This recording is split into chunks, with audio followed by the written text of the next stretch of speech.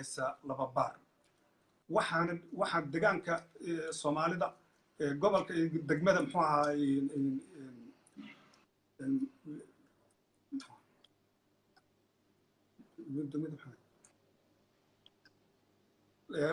waxaan soo maray Shilaabo halkaasaan ka soo gudbay laba baar baan soo kormaray waxa laga qabtay meesha la yiraahdo Guriceel meel in yar u jirta waxa ay qabtay niman hubaysan oo Soomaaliyeed fakshinada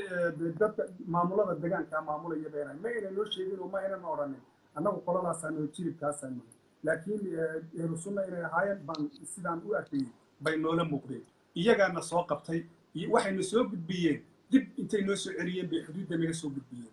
marka dadku shacabka dadka ku qabanaya shacabka ما شعب ما هنا مامولada jiray ayna waxaanu ka tirsanahay bay nagu yiraahdeen iyagu Rusuna degan maxaa Guriceel iyo deegaankaas aanu joognaa si shaqo waa maamulka waxaan ka tirsanahay maamulka Rusuna wal jamaa kuwa la yiraahdo say noo sheegeen baa saasan doonay taakiidiyay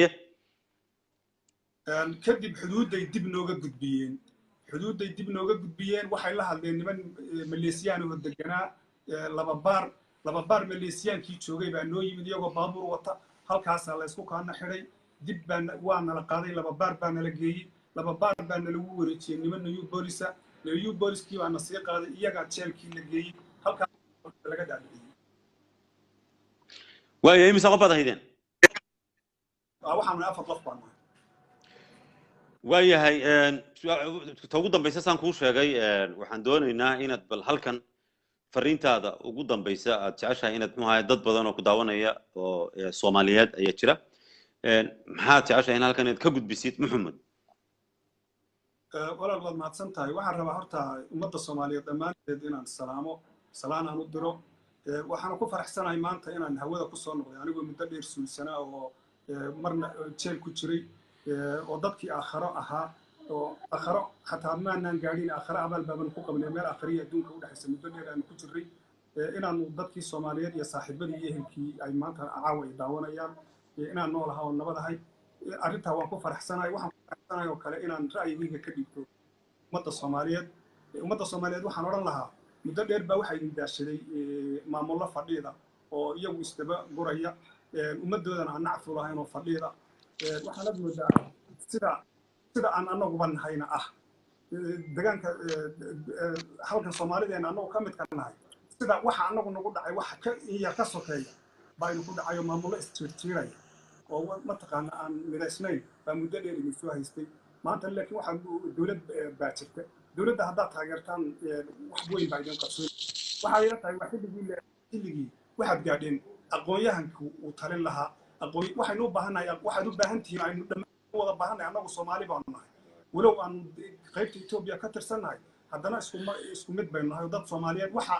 xamar lagaga nool yahay aan Hargeysa lagaga nool yahay hadday dhib tahayna waa la soo gaari hadday dheef tahayna way la soo gaari maanta waxaynu u baahanahay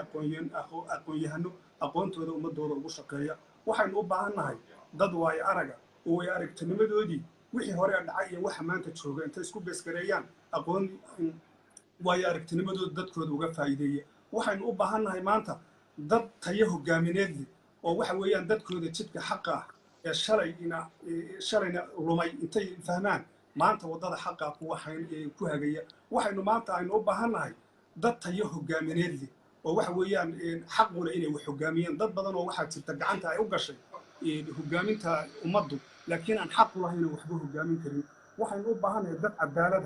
oo waxa weeyaan ummadda si cadaalad u hogaamiya oo aan qabiil iyo qabyaalad iyo qurun ku jirin oo aan oran tandirkeeda aqaan ku soo daayay Soomaalinimadu ay deeqdo waxay la tahay maanta fursad baad haysataan wixii hore idin dhaafay waxba ka soo qaadina maanta tala idin la gudboon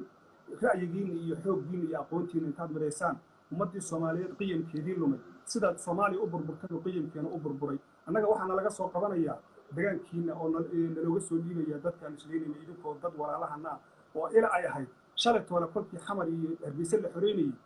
Soomaali baynu walahayn isku mid baynu ahayn dadka xamar taalooyinka kule Sayd Cabdilla Xasan iyo Xawataakiyo gobolka naga ka tageen walaalahana saan idin moodeen haddana wax kala nagu noqoteen walow uu shacabku fiican yahay waxaanu ka tagaynaa waa maamulada aan fiicnayn waxaan leeyahay kan noqda wadadii aad qaadeen wadadii guusha ma ahayna taad annagana nagu jibiseen shacabkiina ku lumiseen weeyaan xilligani waa xilligii gamcaha la isqabsan lahaa waa xilligii la walaabeloobi lahaa waa xilligii cidda hogaaminta xaqule laysu dhiibi lahaa in badanna waa idin salaamaya waayahay mid su-aal bay igu soo dhacday aad u muhiima iyaduna waxa weeye khudbad waxay ahayd khudbaddii hogaamiye ayay ahayd maasha allah jazaak allahu khayr waxa weeye dhowaan shalay bay ahayd markuu cabdiiley uu la hadlayey warbaahinta oo dadka ugu baaqayay in la isjeclaado oo la iscafiyo oo wuxuu lahaa dadkii annaka nagu khaldamay waanu cafinay wixii naga khaldamay waan saxaynaa cabdiiley adigu shakhsiyan haddaynu ka bilowno intaynan dadka u teginba ma cafiyaysaa cabdiiley oo hawshiisa halkaa ma kasii wadanaya oo ma saamaxaysaa ma la isjeclaanaya way fogtahay arrintaasi maya horta si kooban eega inaan cafiyo oon idhahda cabdi iley waan cafiyey arrin suuragala maaha jaranjaro dheer bay u baahan tahay waxay u baahan tahay horta wuxuu ka warwareegayaa weli jira inuu sheegto horta inuu dembiile yahay inuu dadkii sii laayey inuu sharci darro xukunkan u haystama xataa xukunkan beri horaa laga qaaday guddi fulin baa jirta waa hore xilka ka qaadeen waxa weeyaan iyagoo koob iyo tobana bay afarra isaga raacday iska mid yihiin toddobadii isberaad horta xilkan u haystaba khasab iyo xoog buu iskaga haystaa iyo ciidan u haysto cali cabdi iley wadadanu hayu u leeyahay cafiya wadadii lagu cafiyi lahaa maaha xukunka intuu ka dego uu askartan iyo nimankan ciyaal suuqiintu samaystayna uu kala diro isagoo keliya shacabkiisa cafisa weydiisto anu shacabkaasan ka mid ahay nin la cafiyana uma muuqata de waxa weeyaan shalay kolkuu dadka baabi'inayay uu ku danabaynayay uu waxa weeyaan wuxuu doonaba samaynayay uu xidhayay uu kala caydhinayay muusan lahayn walaalaynu nahay iyo muuna lahayn maanta kolkuu leecay uu arkay inuu hoggaankiisii uu lumay dadkiina uu ka horjeedsaday meel u fayoobina uuna jirin dadkii uu ku tiirsanaa korana ay ilkihii ka daateen muu maanta leeyahay aynu walaalowno walaaltinimadu ma maanta un baanu walaalownay ma maantaanu wada dhalanay waa isa jir isagu annagu se aynigeenu nahay imisasanu wax soo maamulayay isagu raadkiisii intii dubu qaaday wuxuu bi'iyey ha qirto ummaduu laayeyna magdhowgoodii iyo wixii uu ku geystay ha keeno xilliga ka dambeeya dee ha lays weydiiyey in la saamixi karo iyo in kale laakiin intuu meel bannaan istaagay isagoo dembigiisii aan qiranin ummaduu laayey aan xaqeedii siinin kuwuu caayay aan waxa weeyaan odhanta halli ahaada isagoon hal tallaaba aba qaadin inuu yihahdo hallay cafiyo suuragal maaha see lagu cafiyey dee waddadiiba ma haye waa dhulkaan sii haysane isya iyo cafiya maxay tahay maxukun iyo cafi baan ma dadka uu laayo iyo cafi baan isugu darraa waayahay waad caddaysay halkaas waxa weeye dabcan dadka ka soo jeeda dhulka Soomaaliyeed ee Ethiopia haysato wadadaadu tiro badan waxay joogaan gudaha iyo dibadda ay joogaan marxalad xasaasi ah la maraya waxa weeye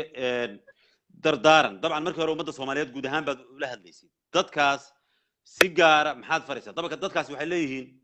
اتجاهات kala duwan bay leeyihiin oo laftooda leeyihiin waxa jira kuwa kale oo mucaarada oo soo baxay oo dibadaha jooga qaar hadiis bay imika joogaan marka safka dadka halka jooga fariintaadu shacabka deegaanka ka soo jeeda ee arrinkan si gaar ah u taabanayo maxaad kula dardaarmaysaa Maxamed shacabkayga waan horta salaamaya mar horena waan salaamay mar kalena waan ku celinaya intaanad jawaabin waxaan doonayaa qofka kamarada ku haya waxa weeye qaybta mikrofoonku gacanta ku haya gacanta ha ka qaado si codku kala noqdo marar badan buu caburiyay waxaan dareemayaa inuu kamarada mobilka caburinayo waan ka codsanaya marka bal imika hadal dadkayga waxaan kula dardaarmi lahaa horta mar labaad waan idin salaamaya waan idin mahadsantihiin waxaan is gudbin lahaa oo odhan lahaa maanta waxaynu u baahannahay midnimo inaynu kala firiqno oo aw midba meel maro wixii inagu dhacay waad garanaysaan sababteeda bay ahayd haddaynu isku duubannahay cabdi iley iyo nin wadda khalad ahayaa midna inama waabiyeen waxa laynagaga faa'iidaystay ee waxa weeyaan dad aan inay wax hoggaamiyaan xaq u lahayn waa filiqsanaanteennii iyo muwaafaqo xumadii maanta waa maalinkiinu midoobi lahayn waa maalinkii aynu xaqii inaga maqnaa aynu heli lahayn cod baynu maanta ku heli lahayn etoobiyana dowlad baa ka dhalatay cusub oo nin walba xaqiisa u ogol oo wax lala qabsan karo oo lala shaqaysan karo oo waxa weeyaan nin walba xaqiisa bannaanka u dhagaysta maanta waxaynu u baahannahay midnimo waxa koobaad iyo waxa labaad iyo waxa tobnaad aynu u baahannahay waxa weeyaan ra'yigeenna iyo xooggeenna iyo waxa weeyaan aqoonteena inaynu midayno intaa kaliya u baahannahay walaalayaalow jid waynu aragnay kala filqsanaanta iyo burburkii nagu dhacay iyo sababtii iyo dhibaatadii ay noo geysatay waynu nin walba macallin baad u tahay maanta midnimo aynu u baahannahay wixii tariskan baaba'ay burburayna ciddii ka tirsanayday istakfurlayso wixii hore aad biisay wax ka damba habiinin halkaa aad taagan tahay istabdhig joog wax damba ha sii beenin waxaa laga yaabaa ummadaadu inay ku cafido haddaad galgalashada dambe iyo dhibaatada sii dayso kuwa ninkan kadi tegay garabka u how iskaga hoos bax wuu idinku dumay nin nool maaha ninkanaad hoos joogtaane gebigan soo dumayuun idinku dumin kuwa wixigsanaya hanka lahayo maalinkaad wax qabsan lahaydeen weeye waa maalinkii waxa weeyaan kuwii cadowga hay xoog idinku haystay waxa weeyaan xaqdarrada idinku haystay inay gruubkiisina ay niceen xaqiina uu dilaacay oo geeska afrikaba aan wax iska bedelayo u diyaar garooba hanashada xorriyadiina iyo midnimadiina iyo walaaltinimadiina iyo maamulkiina u diyaar iyo wada dhalashadiina iyo wixii idinka lumay maanta u diyaar garooba adillah aad baad u mahadsan tahay intana daawanaysa kaasi wuxuu ahaa maxamed cabdilaahi guuleed oo ah sarkaal ka tirsan ururka jabhadda xoreynta ogaadeen iyo onlef oo ku sugan magaalada addis ababa oo muddo يعني أفر سنوات كسو قاتي تشيلش إثيوبيا كارهان تشيلوغادين يو كدبنا مهاجدات كي لوجوش قيني ميل بنا ولا يري مهاجدات كهالجوري هالجوليسو بنك بيحو كان صوب صدي لوان كصوب صدي أو إلى هاي كصوب بدبادية شوجا ما أنت نبض كويه لي مجالة أديس أبابا عاصمة إثيوبيا ورئيس كان وقيبتي كوباد إن شاء الله محمد أني للقصة بقية شكله لما يستر أي لا ظهر باقي بحري وحوي إن بحري أنت أنا وحوي قيبك للدوان بان إن شاء الله محمد كو يردونا هل كان فيسبوك أن توسكا وينوغا ورمي دونا وين نقوم هاد علينا رنتي محمد وحوي دردارا وجودا بيسي ويريو وآدو مهمة يعني ضدك هل كسوت شيء ذا ديجان كسوت شيء ذا لوكا صوماليات أي ثوبيا هيساتو أو تلسك عبدي لي كتليو إني مدوبان oo yani kala tafaraaruqo dhibtii uu lahaa ayuu ka warramay fariintaasi waxay ahayd fariimaha ugu muhiimsan ayay ahayd waxyaabaha kale oo runtii aynu hoosta ka xariiqayno oo maxamed sheegay waxaa ka mid ah in maxaabiista yani jeelogaadeen ay ka badan yihiin 5,000 oo maxbuus ayuu sheegay halka taliska cabdi ilaa inoo sheegay yani inay ka yar yihiin 200 oo maxbuus 200 hadda 500 ma kuna ma 200 oo maxbuus ayay ka yar yihiin waxay sheegeen inay soo daayeen markii ay soo daayeen 150 qof sida ay sheegeen inay soo daayeen 8% waxa kaloo jira jeelal badan oo taliskaas hoos yimaada oo magaalo kasta iyo gobol kasta oo dhulka ka tirsan oo ay dad tiro badan ay ku xiran yihiin oo iyaga aan warkooda diiradda la saarin laakiin hay'adda xuquuqda aadanaha oo arrin weyn iyaduna sameysay Human Rights Watch waxay culays ka saartay jeelogaadeen waxa uu kaloo hoosta aynu ka xariiqaynaa oo inoo sheegay محمد حلقة أي BBC ده إذا عدا BBC ده قيبتها أفكار الصومالي وأي وريسانيسي أو أي تاريخات التليفون كأيام كوريساني إن حرهين ولا كأني بيحو ماشي حوجة وكل شيء يسوي محابس ترى بدن لكن أنا مجال ده دقة بور هالكاس أو ليري أورن BBC ده أورن أو بيني وربحين حقوق ده أدناها هذا حقوق ده أدناها Human Rights Watch صارتي أو شيء واحد كدون وحي أي شيء يسي ومحمد رنتي آد أيوة جور ورجعي ووريسكي عنك ها إنه إذا لو ذاك نتضي يوم بدنا أي كفى اللودين يعني إن بدنا بكور ورجعي إنه قراء يعني ظلمي هالك كتير